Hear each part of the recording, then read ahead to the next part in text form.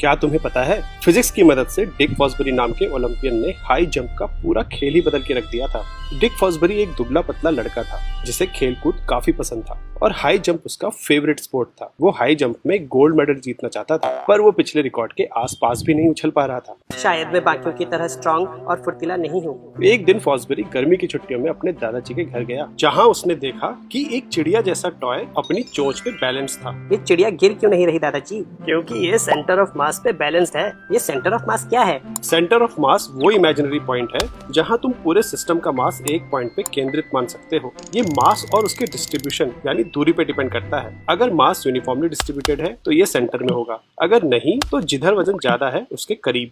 इस चिड़िया की बनावट ऐसी है कि उसका सेंटर ऑफ मास उसकी चोंच पे है, इसलिए ये बैलेंस्ड है। इसका मतलब मेरा भी कोई सेंटर ऑफ मास होगा। हाँ, तुम्हारी नाभि के पास, पर ये हमारे पोज बदलने पे इधर उधर भी हो सकता है, बॉडी के बाहर भी। ये बात सुन के फॉसबरी के दिमाग में एक आइडिया चमका। हाई जंप में हम जमीन को पुश करते हैं जिससे हमारे ऊपर एक फोर्स लगती है और हम ऊपर जाते हैं। अगर बॉडी का पूरा मास सेंटर ऑफ मास पे केंद्रित माना जा सकता है तो कूदने पे ये पॉइंट कितना ऊपर और कितना दूर जाएगा ये कूदने की फोर्स और उसकी डायरेक्शन पे डिपेंड करेगा। एक बार हवा में आ गए तो फिर इस बात को चेंज नहीं कर सकते, लेकिन सेंटर ऑफ मास तो बॉडी के बाहर भी हो सकता है। अगर मैं ऐसे बेंड हो जाऊं तो मेरी बॉडी इस पॉइंट से थोड़ा और ऊपर आ सकती है। फॉसबरी ने ऐसा ही किया। वो सीधा या टेढ़ा कूदने के बजाय ऐसे अपनी बॉडी को आर्च के रूप में बनाकर कूदता। बाकी टेक्निक्स में इंसान को सेंटर ऑफ मास को बार के ऊपर लेके कूदना पड़ता था, पर फॉसबरी की टेक्निक में सेंटर ऑफ मास बार के नीचे ही रहता और बॉडी ऊपर से निकल जाती, जिससे उसे कुछ इंच का एडवांटेज मिल गया। शुरू में फॉसबरी को ऐसे कूदता देख लोगों ने उसका खूब मजाक उड़ाया, लेकिन फॉसबरी को अपनी टेक्निक पे पूरा भरोसा था।